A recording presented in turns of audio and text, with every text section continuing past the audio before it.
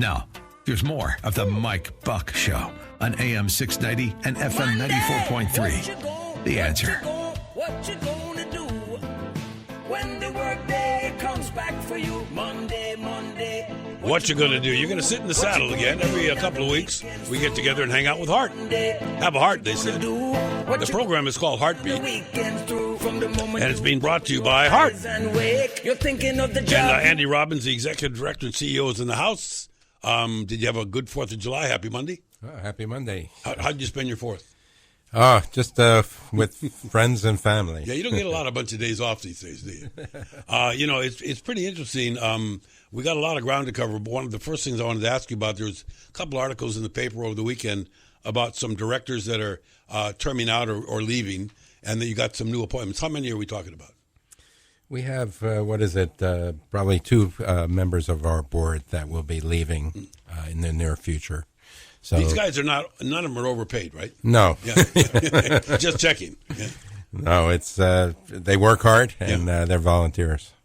Yeah, and I would imagine that sometimes they bring to the table some really interesting remarks that come out in the community. We've talked about that off the air a million times. A lot of misimpressions, right? Right. But the idea of the board is to take people from different parts of the community, different backgrounds.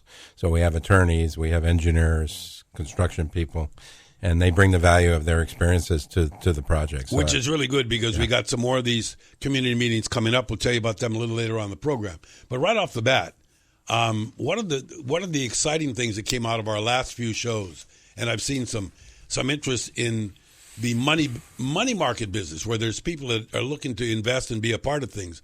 I want you to give us an update on what we've been calling the 3 Ps, the public-private partnership, because isn't this in actual fact something that the new board, under your auspices, are looking and saying, hey, this is a way to not just augment, but to make this thing work a lot better than originally it was conceived. That's right, Mike. One of the attractions of going to a public-private partnership, or more specifically, you could call it for this project, a design, build, finance, operate, maintain, is that what I noticed when I came in is that although funding was coming in and the legislature and the city council and the mayor had to get together and provide additional funding for the project, we at Heart, the people executing the project, couldn't really guarantee any kind of certainty, budget and schedule. So this is a global best practice that really was derived from this type of situation to provide more certainty on these large mega projects. Yeah, that's really interesting because maybe you can use on some of your past experience to explain it. There are virtually no projects, whether private or public, that ever come in on budget and on time. I mean, it's just because of the things that you have to do. But isn't it sort of magnified by some of the things that you have to do here socially and economically and geographically and certainly physically? Right. We're not putting a transit system in a brand new city. This is an established city, built up city, and we're going right across the island, 20 miles, trying to construct a major infrastructure project. So you can imagine the risks, if you will, that are associated with that. There's always risk in these large projects, and the key is how do you manage that risk and how do you mitigate risks? How do people find in different areas where you've certainly been, and right now, when we talk about this P3, I mean, it's great to talk about it, but when do you actually see people standing up and saying, okay, we're part of this? There's a 5-legged stool. Here's one. We're going to be one of those legs. Doesn't one beget another? I mean, right now, are you romancing a lot of sources, or are they romancing you? Well, we're pretty far into the process now. So we started looking into this back in 2017. And part of looking into it is not only engaging consultants, but and the experts from around the world, but really bringing in the private sector. So we engaged the firms and the construction companies, developers that participate in these kind of projects around the world. We invited them in for discussions. We got their ideas, and we shaped the procurement based on what we heard from them. Is it? I don't want to say typical, but is it usual that a lot of the investment for projects like this the private ones come from rather than inside the community, outside of the community, where there might be maybe broader chance of looking at people that have the kind of money that would take to invest? Well, believe it or not, I mean, the money is there. It's around the world. There's, for example, pension funds, looking for solid investments that over a long period of time that don't carry all that much risk. So infrastructure is actually very attractive where they can make a good rate of return, not a killing or anything like that. Aren't these type of investors rather on the conservative side rather than rolling the dice? They are. Yeah. They are. So now it takes a firm to come and package a deal and be able to, execute a project like this, manage the risk, and offer the investors an opportunity to make a decent rate of return over a long period of time with a manageable level of risk. Okay, here's the thing that I think would be of interest, and that is no matter where people stand politically right now, it doesn't matter. What does matter is the stock market's fatter than it's been for a long time. There's unemployment, which is lower than a long time, which would seem that even is going to be appealing to even a more conservative group. How many different places where you can put your money are guaranteed to be around for, what does the system last, 60 years or more before it needs to be rebirthed? Yeah, we're designing the guideways for 75-year life at least. Yeah. So that means to the potential investor, hey, 75 years I'm going to have of this. Yeah. Yeah, so, under these P3s for infrastructure, the upside is capped, if you will, right? So it's not about, people coming in and speculating. It's about managing a project like this, building the project, and offering an investor a nominal rate of return over a long period of time. Yeah, now, when you say that, is the investor restricted as to how much of a return they can have? That's the way the deals are put together. It's not like the wild swings. So it's not surprise. Right. Yeah. I think that's important. But the partner that we bring in has to execute. That's the key, right? They have to build it on time, on budget, and then when they get into the operations and maintenance, they have to meet very high performance standards. Okay, now there are companies that know how to do that. I was going to ask you, are there companies that know how to do that? Exactly. Yeah, because to me, if I was the investor, which I'm not, but if I were, I would think, okay, what is my rate of return? Well, I'm guaranteed by the city or by the state or whoever's project this is that I'm going to get paid. I don't know if anybody can guarantee solvency. I mean, weren't we looking recently at some cities like San Francisco and others that were literally upside down? Yeah, I mean, it depends. I guess is the best way I could say it. But we're looking New York, for instance. Yeah. New York was in big trouble, but their transit system still rolled every day. Right. Yeah. Well, that is a public funding model, so they had to put a lot of money into it to keep it up to snuff. And what we're trying to do is put a solution together, at least for the next 30 years, that gives us a solid footing going into the future. Somebody just said off the air now, what sort of a percentage of return are we talking? 1 to 2 to 3 or more? Is that even, first of all, is there an answer to that question? I think, you think about what you can get in a certificate of deposit these days, right? So 1%. Yeah, so something, higher than that is, an attractive investment in something like this. It's amazing because some people said, I'm going to keep it in the sock. I mean, that's not, Yeah, but the deal for us, or for the public sector, if you will, is that we get the performance. So in terms of the total cost, it's actually lower because they're managing the risk, right? And that's why people get into these P3s, because the total cost of delivery and operations ends up being less. You know what? This is a great one here. This comes from Larry. Larry wants to know, at what point in time does the investor get to be part of the oversight or part of the auditing that's used to see how the money is being spent during the construction period? That's a good point. If somebody is not signed up, and they do sign up to be part of this P3, do they get a seat at the table that watches how the money's being spent? Well, the lenders definitely do. Yeah. So, that's one of a big driver on these kind of projects is because the private lender brings a lot of discipline to the project. I'm just guessing that they're pretty thorough in their vetting out a project. Yeah, I mean, most bankers don't want to lose money, right? Yeah. Not if they have a stockholder to worry about. 7:15 is the time. It's Heart Monday. Have a heartbeat. Jump and join us. If you want to talk to Andy Robbins, now's the chance. On the phone at 1-833-296-8255. That's 1-833-296-TALK. Or the Mike Buck Show at gmail.com. Phone lines are open at 1-833-296-TALK. That's 1-833-296-8255. Or email us at themikebuckshow@gmail.com. Now, back to Mike on AM 690 and FM 94.3. The Answer. Yeah, so I always get a kick out of when the bumper music comes in and it's something apropos. This is called For the Love of Money. Money, money everywhere. That's right. So anyway,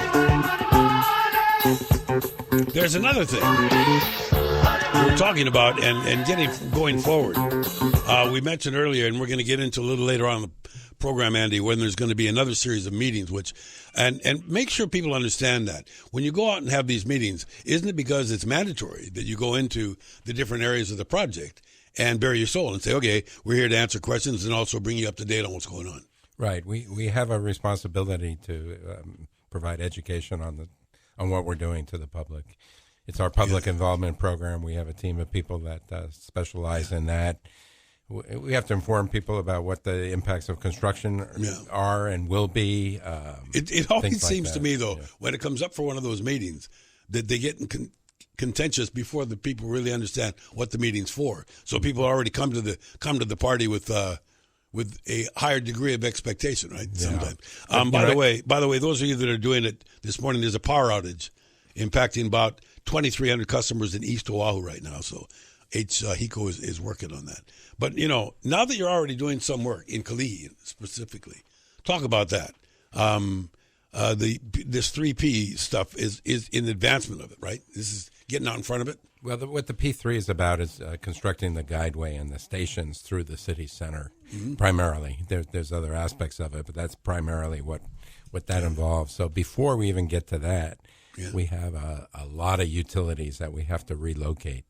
Along Dillingham, for example, I think most people, when they drive up and down Dillingham, they see all the overhead power lines. For example, there's telecommunication lines up there. And then what you don't see below the ground. All the underground stuff. Gas, water, sewer. I got to tell you something. There's been some, I used to call where we are in this neighborhood on the corner of Pothole and Steel Plate Road, because that's all it was. And then I actually walked down there and looked. And one of the steel plates was open. There's like a village down there. There's so much stuff going on. Especially along Dillingham. There is so much under there. So we have to move it out of the way so that we can construct our guideways. But, when we move it out of the way, we don't replace it with the same old pipe. We put new pipe in. So that's a bonus. Yeah. But I want to make sure that, one of the things that people get is that there's a whole group of hands on this every single day. It's you don't meet every now and again. This is an ongoing project, so it must be there's daily goals and daily wins and daily gains and daily frustrations.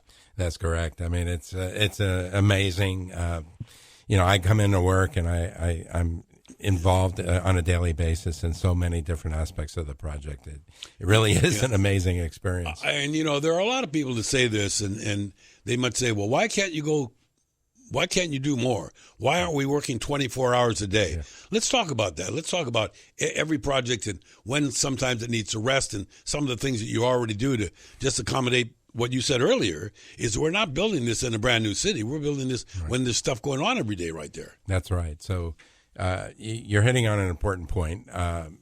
Especially as we come into city center, we do feel the need to go faster, and we're looking to optimize our project delivery along those lines right now. And faster has a lot of benefits to the community as well, because that means that we get done sooner, and we disrupt people that much faster, or I should say less, because we're in and out a little bit faster. And then, of course, we can bring the system up sooner as well. Yeah, but the interesting thing to me is all of the – and look, let's face it, that sometimes you're going through an area that's mostly industrial. Nobody's going to care. Yeah, go 24/7, get through there. But all of a sudden you get into a neighborhood where it's mixed use. That's and a bunch of residents to say, wait a minute, what am I going to do for 4 months while you bust up the street in front of my house? That's right. And, we have to be sensitive to the community. But at the same time, we're building this major infrastructure project. So, unfortunately, we can't help but disrupt people somewhat as we're putting this thing in. But I'm thinking earmuffs, air conditioners, they got to do something, man. But people are pretty creative, don't you think? They'll figure out a way. Yeah, and, we've studied these kind of environmental impacts as part of the, prior to the project beginning. Okay, now there's another thing, and every time we get together, and this is always pointed out to me. There's everybody wants to know the 4 words you hear in Hawaii more than anywhere else. How much is it? We talk about fares. We talk about everything. I think that every now and again, and I've been pretty much briefed on this by you many times already, that we have to be careful of who we're going to either accuse or blame about fares. That this is not something that necessarily you do, but don't what you prepare and do mean an awful lot for the people that are making the decision. Right. So what the city has done is they've set up a rate commission to analyze and make recommendations on what the fare should be. Mm-hmm. And eventually that goes through the Department of Transportation Services. Eventually the city council will make the policy decision. Yeah. So along those notes, I should announce that the City Rate Commission will have a hearing next Tuesday, July 16th, from 2:30 to 4:30 in the afternoon at the That's Mission. the 16th, right? 16th, yeah. July 16th at the Mission Memorial Hearing Room, which is in the municipal complex next to or very close to the Fosse Municipal Building. So this is a chance for the public to interact with the Rate Commission as they, think through the issues of fares. Okay, now in the meeting you're talking about is from 2:30 to 4:30 on a workday. That must mean that there's some people that are going to consciously make a decision. You know what? Maybe even you can comment on that for a minute, Andy, and that is the actual people that get involved and that stay involved. It's sometimes personal cost and risk. That must mean that these people that show up at these meetings are there for a reason. They need to be answered. They need to be addressed. Right. And if there will be several meetings as well. Sure. Maybe we can post those on our website so people have that information. But the commission will also, they'll show up, won't they? Right, but the commission will take written testimony as well. So if you can't make it to the meeting, there is an opportunity still to provide your feedback. What kind of things do you think come up in like when you talk about a rate commission? They need to. I keep using it. Aren't there successful models that they can use? The answer is yes. But from some would say, and I don't know how do you address this, that this is such an expensive project for such a small place that the fares have to be incredibly high to even be in the ballpark. What does that mean? Well, one thing to keep in mind is that the city is not trying to recover 100% of the operating costs through the fares. That never happened, will it? Well, it happens in some cities, but not most cities. Nobody's in the promising United us States. that here. Right, and as a matter of fact, there's a policy that came out of the city council a few years ago, specifically not to try to collect 100% of the fare box. It's closer to 30% actually, and the reason for that is that public transit not only is a means to move around, but it's a social. There's a social need as well, because we have seniors, we have disabled people that's a good point. And we want to help move around the city. And we hear a lot from the seniors. Now let's talk about that for a minute, because I do know that there are certain times that the system is taxed more than others with regards to just volume. And some people say, well, if you make a category of free ridership and you allow them to come into the commute hours, that this is going to make it impossible for to serve the number of people that want to use the system. Is that true? Well, in terms of ridership, we've estimated what the daily ridership will be, and we've sized the system accordingly. And we have a lot of expandability that's built into the system. Shouldn't we be optimistic, honestly, Andy, about how many people should be planned for? I mean, down the road, it might take a generation before we figure it out, but you have to build a system for what it's going to carry, not what it's going to carry to begin with, right? Yeah, it's a balance. We don't want to, we have to invest based on what we think is a practical ridership. But I think what you're touching on is important, that there's plenty of expandability so that this system can serve the community well into the future. Okay, I've only seen with my eyeballs a couple of cases where people understand one fare, one ride. In other words, I keep using Sydney because my wife and I have been there many times and see from a water, everything's around the harbor. If you get on a ferry boat and you get into the city, the ferry boat brings you up to the quay, and the quay has trains, boats. I mean, just about everything going off it. Is that the effort here? Are we going to be able to get that one ticket that gives you, no matter what modality you're using, going to get you from A to B? That's certainly the idea. The city has introduced the Holo card. It's active right now on the bus system, and it will be useful on the rail as well when the rail starts up. And people are already thinking about how to expand the use of the Holo, the One Smart Card, for something like the Beaky, for example. Yeah, to me, it makes an incredible amount of sense. But there's also, aren't there, and I'm sure you've seen this everywhere you've been, there's a whole bunch of people that are habitually automobile owners, and that's what they want. And so, but when you find out the actual cost of having that automobile, do you really want it? I mean, would a nice place to live be more important than a nice car to drive? Right, and maybe here in Honolulu, the question is, do you really need the second or even the third automobile? Okay, we got more to come. It's 7:30. We're halfway through the Heartbeat.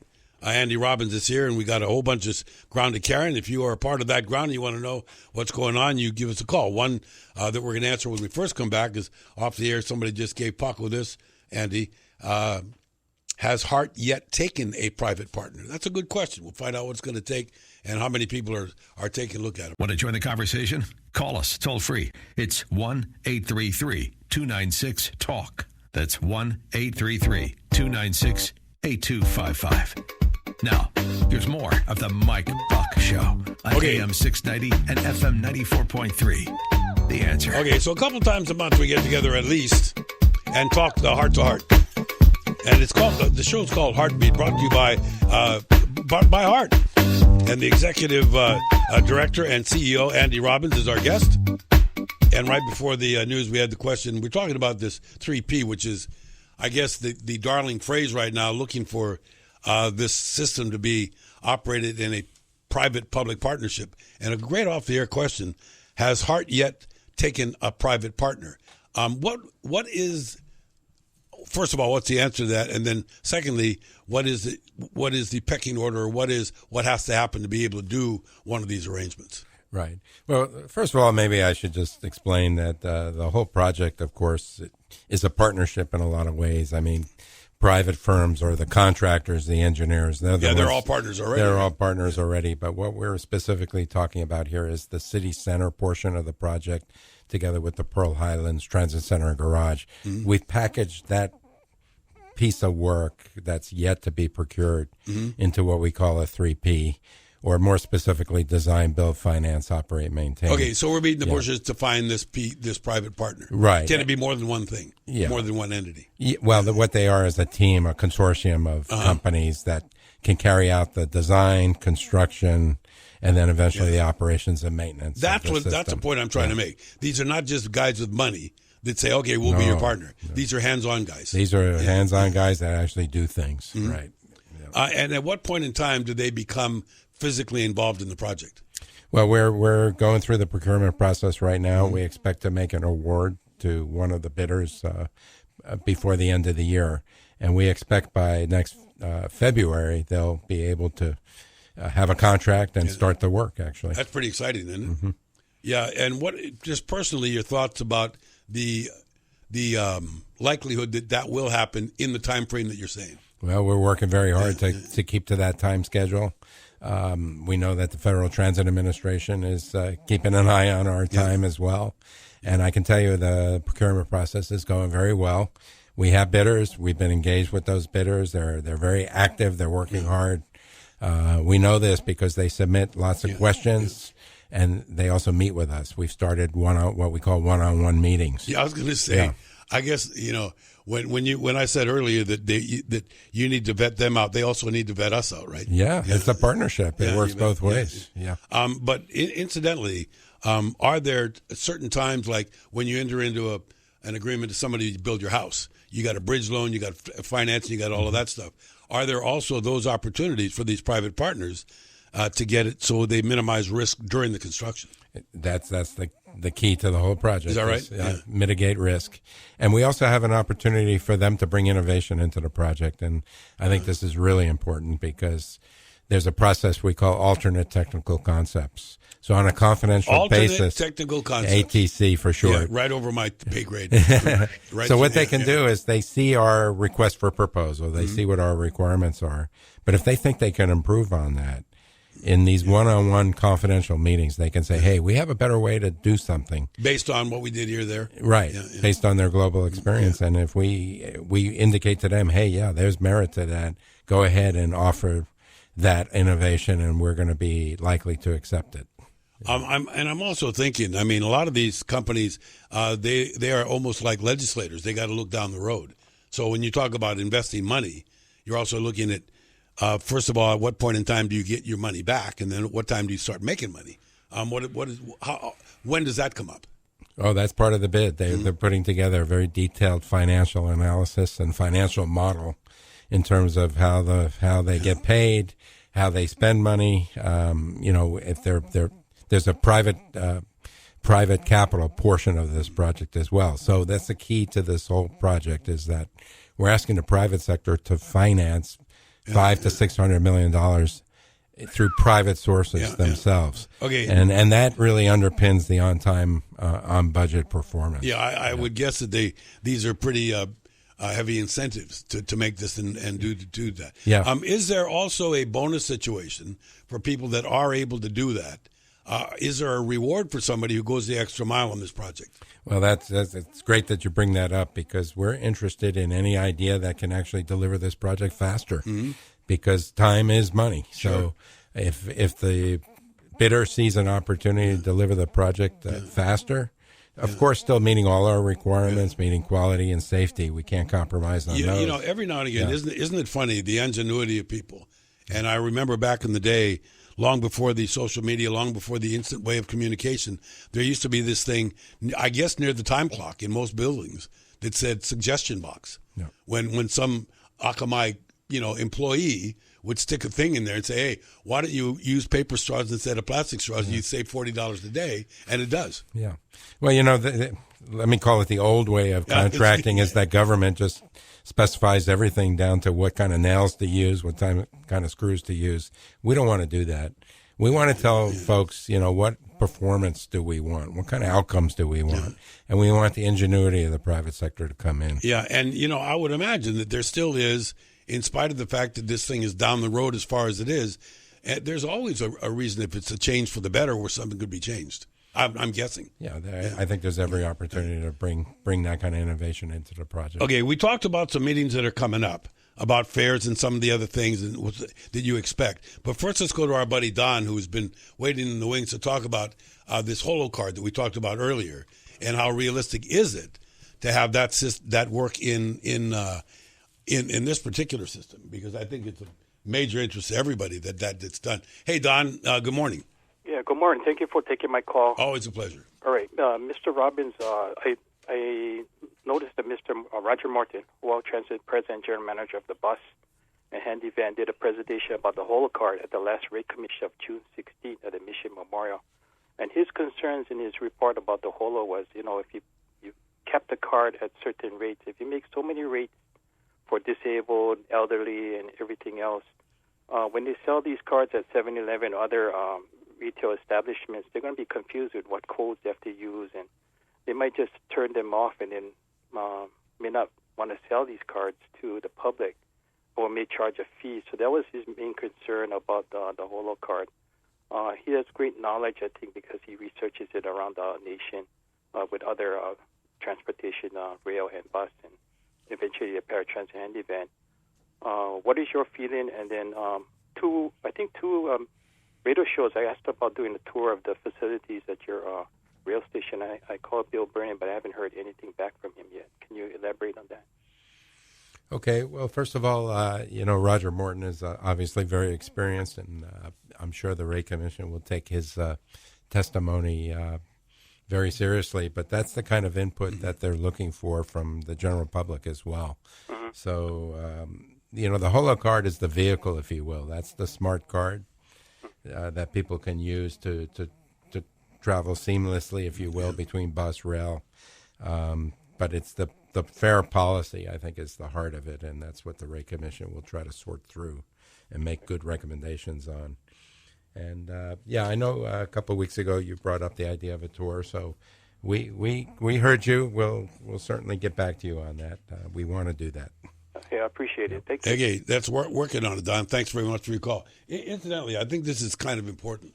I don't know when we started going to private partnerships with convenience stores and others to do some of these functions.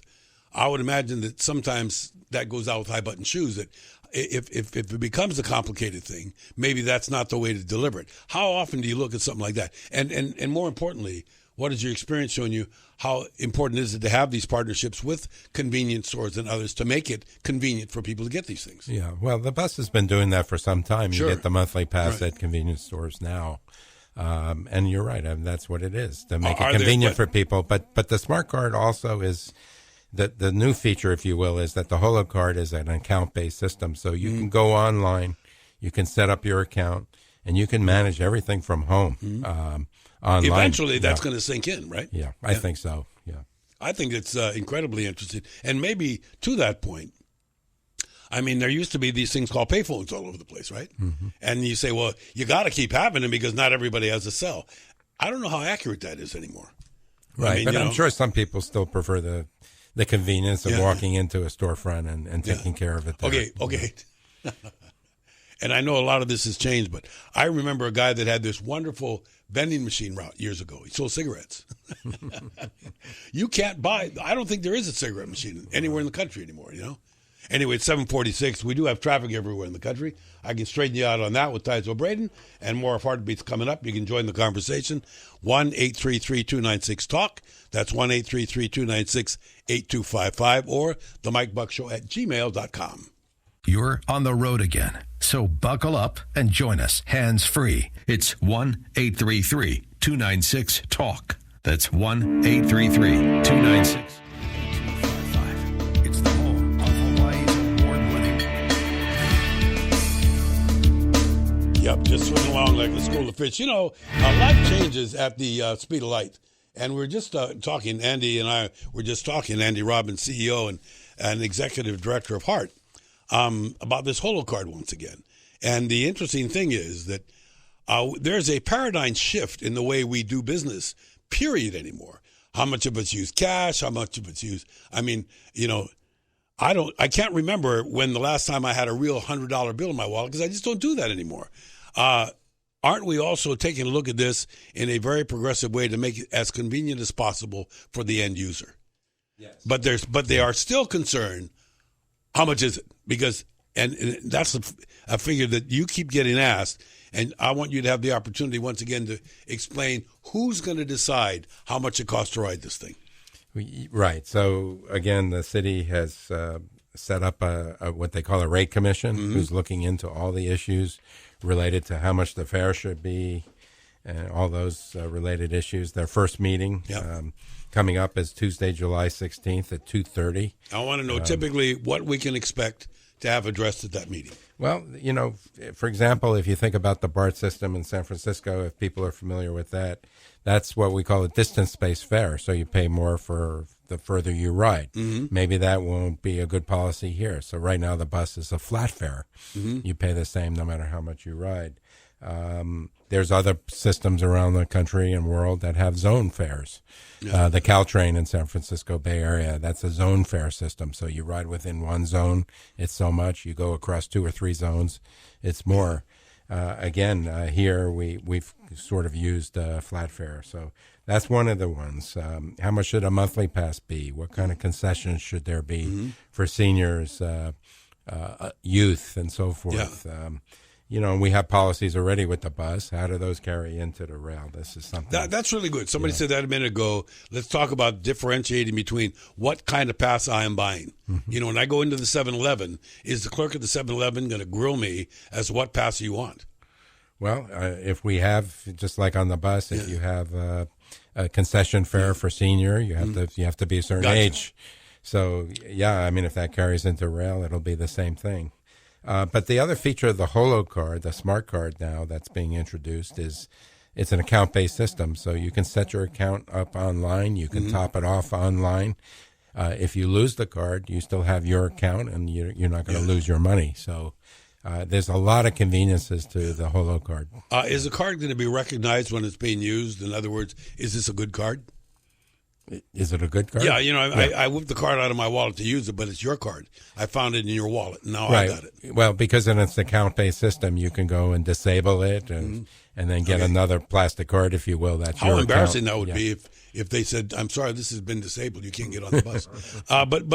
But interestingly enough, isn't even the concept a little bit different? Because do we even know the different modalities that'll be used? We know, for instance, that the bus, right, Yeah. and the handy van, and certainly the train. But now we're talking about beaky bikes, and we're talking about other things.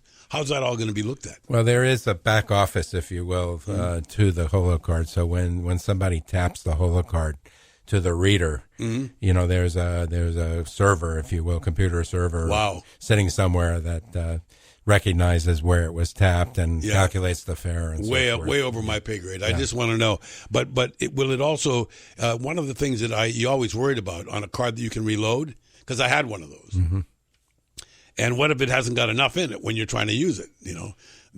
Is the bus guy going to say you need to put some more in this? Would you have the ability to do it on the spot? Yeah, and the good thing about the rail is you'll have fare machines right there in the station. So if you try to go in through the fare gate, you don't have enough fare. You can just easily I get it. top up the card. What about people that are on like fixed incomes and people that are financially strapped or challenged? Obviously, most of them are not going to have a holo card, so they're going to need it right by piece. Well, if somebody wants a single fare, there's the ability to buy a single fare right at the rail station. You can use cash, for example, and buy a single fare.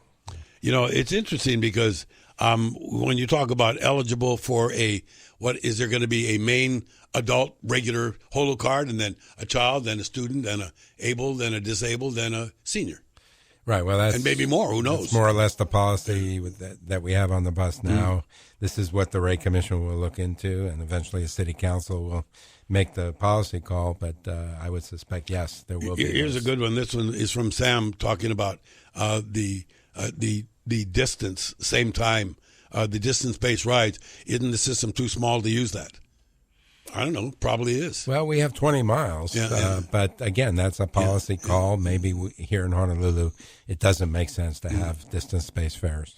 I think that there's probably a lot of confusion because people really want to know, okay, if it were operating today, how much would it cost? Well, today is almost here, isn't it? So aren't we going to figure this out pretty quick? Yeah, we intend to open the first 10 miles by the end of next year. So, yeah, these meetings are ramping up and decisions will have to be made. Well, there's going to be a great learning curve, right? I mean, when the thing ramps up, how many people are going to want a holo card? They don't even really know if they're going to ride the train every day. They certainly want to. But based on the open house you had, I'd like you to have the opportunity to repeat the interest rate that people had. It was such a great a way to get out there in front of people. And I heard that you guys heard some really complimentary things, and people were saying, wow, and this is nice and all that kind of stuff. That's right. We at our recent community day a few weekends ago, we had a long line that was continuous for the whole time of the community day of people signing up to get their holo card. Yeah, and I if think folks that's want, great. if folks want to go to holocard.net, they can get information on where to get the holo card. Yeah. And by the way, it's like, for want of a better expression, a prepaid credit card that you load it. That you buy into it at some level, whether it's $50 or $1,000, you buy into it. That's correct, but it's account based, so it's tied to your name, your account. Yeah, one guy, Phil, says he's going to offer them to his employees. Can that be done? Yeah, sure. Yeah, that's pretty cool, isn't it? Yeah, very cool. Yeah, if somebody says, hey, we don't know where you live or what you are, but we're going to give you a $50 a month. Credit on with the holo card or whatever. And businesses can also take advantage of a federal program to allow employees to use pre-tax money to buy a transit card. Yeah. Well, it all sounds good to me. Obviously, we're beating the bushes, and finally, want to make sure that this meeting is well enough publicized. When can people find out? First of all, when is it again? This meeting you're doing on the 16th? Well, it's the Rate Commission, and the next meeting is that's what I meant. The Rate Commission, July 16th, Tuesday, July 16th, 2:30 at the Mission Memorial Hearing Room, which is between Honolulu Hale and the Fosse Building. I'm thinking to order more seats. Because once the word gets out there, I think, and isn't that absolutely what you want? Right. Well, the Rate Commission asked us to help get the word out. They definitely want people to be participating. Okay, what's next? What's on your busy calendar this week? Oh, well, we have our monthly meetings with the Project Management Oversight Consultant, which is the consultant for the Federal Transit Administration. They come in once a month and review the entire project, so that'll keep us busy this week. Here's another one from Mary that says, earlier you mentioned the appointment of some new members on the HART board. Who will they be, and how can one apply for that? Interesting. How do you find people for that? Well, the 3 of the board members are appointed by the mayor. 3 are appointed by the city council. Okay. And then those 6 appoint a 7th. Yeah. And we have no tiebreaker. Right? And we have some ex officio. So the Department of Transportation Director for the city and the state also serve on the board. And the Director of Permitting and Planning from the city serves on the board. Is it safe to say that they bring from their different segment of the community something pretty valuable? So it's not just a matter of somebody wanting to be. Doesn't the existing board say this is where we have this is the area where we have an opening? Right. Yeah, or right. this is what we need, another attorney, or we need this, or we need that. Well, I think they're just looking for good people from any walk of life that can offer their time and the benefit of their background. And I should mention the state also has 4 appointees that are non-voting, but they also participate on the board. So there's lots of people at the table. Yeah. Let me know when there's pizza. I'll come down for it. Thank you very much. And once again, that website they go to www. For the Holocard, holocard.net. Holocard.net.